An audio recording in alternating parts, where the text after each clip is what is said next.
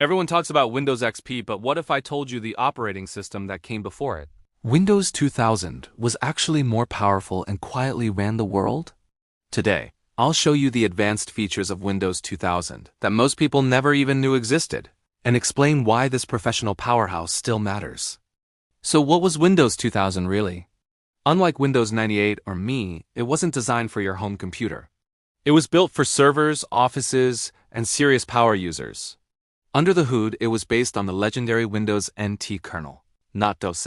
This meant it was engineered for enterprise-grade stability and uptime, not for gaming or flashy graphics. This is exactly why Windows 2000 almost never crashed, especially when compared to its consumer-focused siblings. It was a workhorse, designed to run 24/7 without a single hiccup.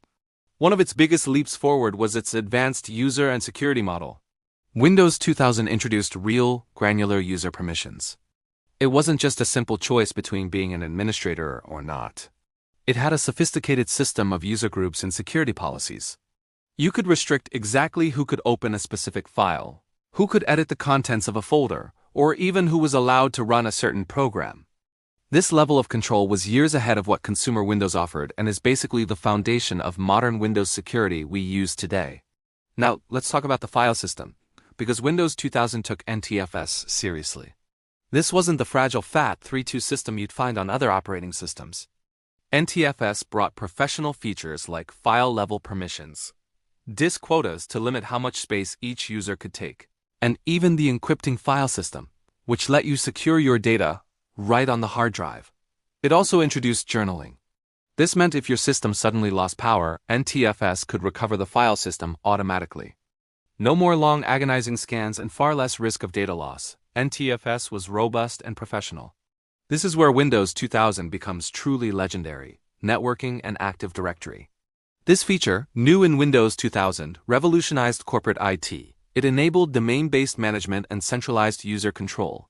With Active Directory, a single server could manage thousands of users, computers, passwords, and permissions across an entire organization, all automatically.